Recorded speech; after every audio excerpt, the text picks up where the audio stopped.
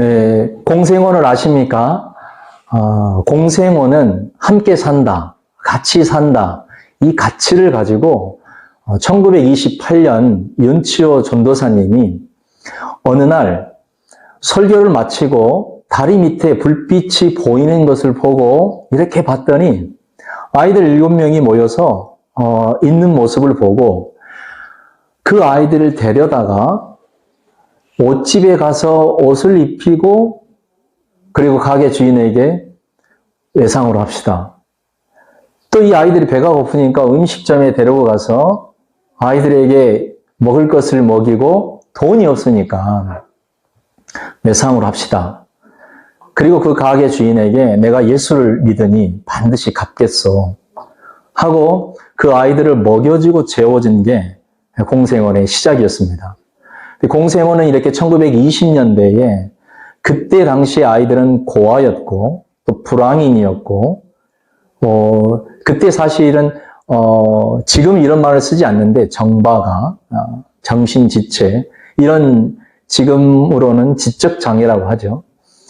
이렇게 장애인들까지 함께 모여 사는 곳이 바로 공생원의 시작이었는데요. 1930년대는 줄리아 마틴 선교사님의 도움을 받아서 공부를 했던 이 윤치호 전도사가 공생원을 포기하지 않고 그 아이들과 함께 살아갑니다. 그런데 조선의 아이들은 배워야 산다.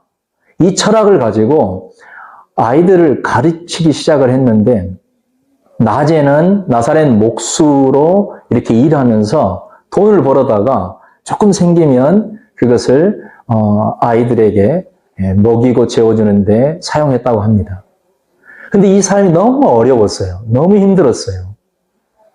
그래서 윤치호 전도사님이었지만은 사실 죽을 각오로 삶을 포기하려고도 했는데 목포 시민, 목포 유지들이 그 뜻을 알고 함께 도와서 공생원의 강당이 또 공생원의 운막이 처음으로 생겨나게 됩니다. 목포 시민의 도움이었죠. 윤치호 전도사는 이때 힘을 얻어서 1930년대를 지나고 40년대를 지날 때 실향민들이 목포로 몰려오기 시작합니다. 그때 공생원은 같이 산다, 또 더불어 산다. 이 기치를 가지고 윤치호 전도사님이 그들도 품습니다. 근데 1950년대에는 아이러니하게 한국 전쟁이 일어나죠. 한국 전쟁이 일어날 때 물밀듯 밀려 들어오는 사람들이 있었는데 바로 그때 전쟁 고아로 인한 아이들이었죠. 이 아이들을 품기 시작하는데 이때 윤치호 전도사를 도왔던 정말 한 사람이 있었는데 다오치 치즈코, 일본 여인이었는데요. 한국 이름은 윤학자 이름을 가지고 있습니다. 1938년도에 결혼했던 국경을 초월하여 결혼한, 국경을 초월하여 맺어진 사랑. 이것은 윤씨 집안에서는 일본 여인을 받아들일 수가 없고 또 조선 총독 관리였던 무남 동료 외동딸이었던 윤학자 여사, 일본 사람들에게도 거지 대장 윤치호를 받아들이기가 어려웠죠. 어떻게 결혼이 됐을까요? 이때 중요한 한 사람이 있습니다. 윤학자의 어머니. 윤학자의 어머니. 이분이 이렇게 얘기합니다. 결혼은 나라와 나라가 하는 것이 아니다. 사람과 사람이 하는 것이다. 하늘나라에 가면 조선인도 일본인도 구별 없이 모두 형제 자매니까 너희들이 사랑하면 결혼해라. 이 허락으로 국경을 초월한 사랑이 이루어집니다. 이 사랑의 결실이 1950년대 한국 전쟁으로 인해서 전쟁 고아가 밀려들 때 한때는 500명 이상까지 아이들을 품게 되는 윤학자 여사. 이 여사가 품은 한국 고아가 3,000명에 이르게 됩니다. 이 공을 대한민국 정부가 외국인 여성으로서는 또 일본인 여성 최초로 문화훈장을 1963년도에 수여하게 됩니다. 그리고 1965년도에 목포시가 제1회 시민의 날을 제정을 할 때 목포 시민상을 이 여인에게 수여해요.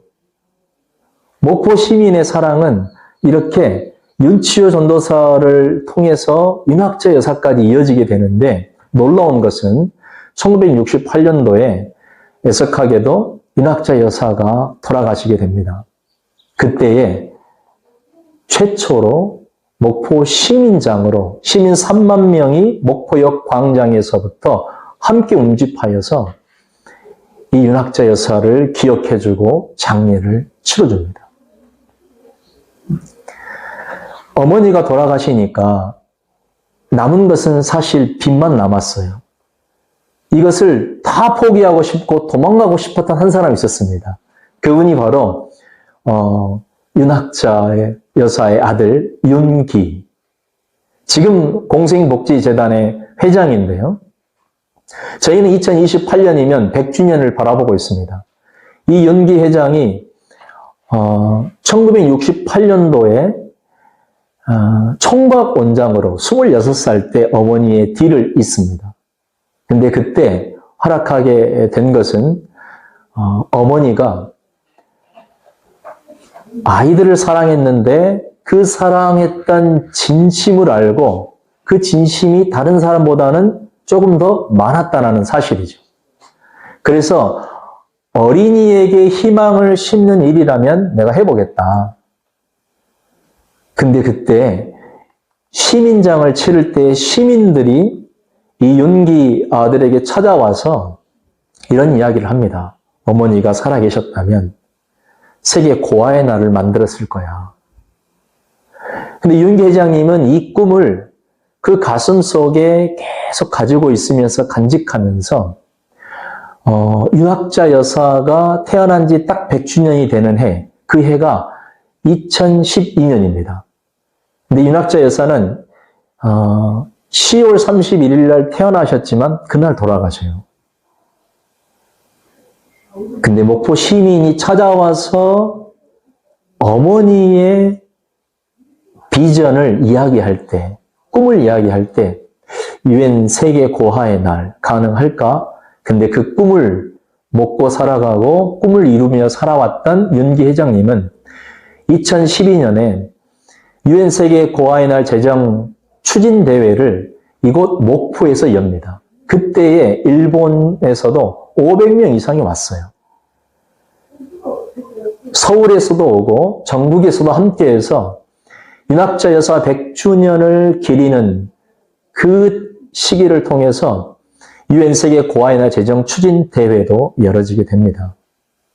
이것이 가능했던 것은 윤기 회장님이 원장을 시작을 할 때, 공생원 원장을 시작을 할 때, 일본에서 공생원을 돕는 일들이 이어지게 되는데요. 첫 번째는 가나야마 대사님이 계셨는데 이분이 목포 시민에게 찾아와서 300명을 모아놓고 감사의 인사를 하기 시작합니다. 근데 그때 이 방송을 누가 보냐면 자활항공 사장이 봐요. 근데 NHK에 윤기 회장님이 출연하게 되는데 이때 윤기를 보게 되면서 자활항공에서 윤학자 여사의 시민장을 그때 들으면서 마음에 감동이 있어서 내가 어떻게 해서든 도와야겠다. 이런 인연으로 윤기 회장을 만나게 되는데 1970년 그리고 71년에 공생원에 자활하우스가 세워집니다. 자활항공에서 공생원 아동 숙사를 지어주게 되고요. 그 해에 공생원은 수산합창단을 꾸려서 일본 10대 도시에 수대 공연을 할 수 있도록 전폭적으로 지원하게 됩니다. 이 일 이후에 윤기 회장님이 똑같이 아버님과 똑같이 일본 여인하고 결혼을 해요. 근데 이 결혼 소식과 함께 윤학자 여사의 그 사랑을 오사카 시민이 알아보고 오사카 시민이 성금을 걷어가지고 1975년도에 지금 공생원의 땅에 있는 2층짜리 건물이 있는데요. 오사카 시민이 성금을 걷어서 아동 숙사를 지어줍니다. 이것은 아파트 형식의 최초의 맨션식 아동 숙사가 됩니다. 공생복지재단을 통해서 우리나라의 최초의 아동복지시설의 맨션식 아동숙사가 지어지게 된 것이죠. 이 사랑의 결실로 이어지다가 1980년대에는 지역이, 국가가 책임지지 않는 영역이 하나 있었어요. 그게 지적장애인. 지적장애인들을 돌보지 않았거든요. 근데 연기 회장님이 국가가 하지 않고 정부가 하지 않고 지역이 하지 않으면 공생이 한다 해서 품어서 시작한 것이 1984년도에 공생재활원, 1990년대에 중증장애인까지 목포장애인 요양원, 그리고 그 시기에 1989년도에는 제주에 목포에서 제주로 넘어가서 제주시 희망원을 열게 됩니다. 이거는 정신장애인들 그리고 노숙인 시설까지 제주에 제주 공생을 설립해서 새롭게 복지를 확장해가는 그런 일을 연기 회장님이 추진하게 됩니다. 그리고 2000년대에 들어와서 유엔 세계 고아의 날을 제정 추진을 하면서 이게 가능했던 것은 일본에 제일동포들이 계시는데 놀랍게 제일동포가 돌아가셨는데 일주일 만에 발견이 돼요. 또 한 분은 2주일 만에 발견이 돼요. 이것을 연기 회장님이 아사히 신문에 기고를 합니다. 그래서 목포 시민이 윤학자를 도와서 한국 고아를 품었는데 일본의 사회사업가 너희들이 한국의 제일동포 이 고독사를 품어라. 그렇게 해서 일본 땅에 한국 제일동포 어르신들을 위한 노인홈을 만드는 회를 조직을 합니다. 근데 이게 가능했을까요? 1989년도에 제1호 오사카 사카이에 제1호 고향의 집이 지어지게 됩니다. 그 이후로 제2호 오사카, 제3호 고베, 제4호 교토, 2016년에는 제5호 도쿄에 고향의 집이 설립하게 됩니다. 이것이 가능했던 것은 제일동포 어르신들이 우리도 지어주세요. 우리도 지어주세요. 지역의 요청에 따라서 연기 회장님의 복지 철학이 있는데요. 복지는 문화다. 그래서 문화로 복지를 이루는, 지금 현재 고향의 집은 다문화로 이루어져 있습니다. 세계 9개의 국가의 직원들도 함께 모여서 이 일을 사역하고 있는데, 이제 앞으로 2028년 100주년을 맞이해서 연기 회장님과 함께 우리 공생복지재단은 전쟁 고아로 시작한 이 공생원의 이 시작의 의미를 살려서 전 세계에 있는 전쟁 고아 그리고 기하 이런 아이들을 품기 위해서 청년 날개 기금 이런 것들을 조성을 하고, 그래서 글로벌 청년들을 다시 재교육하고 또 일본에서 함께 일하게 하고, 그리고 한국과 일본의 이 융합된 이 복지 서비스 이 체계를 가지고 다시 자기 나라로 돌아가서 실력 있고 의미 있고 또 다른 사람들을 살려낼 수 있는 이런 사회사업가로 지금 키워내기 위해서 비전을 품고 있습니다. 네, 공생원, 이 공생의 의미는 같이 산다, 함께 산다, 이런 의미가 있습니다. 그래서 지금 시대에 맞는 철학과 비전이지 않을까.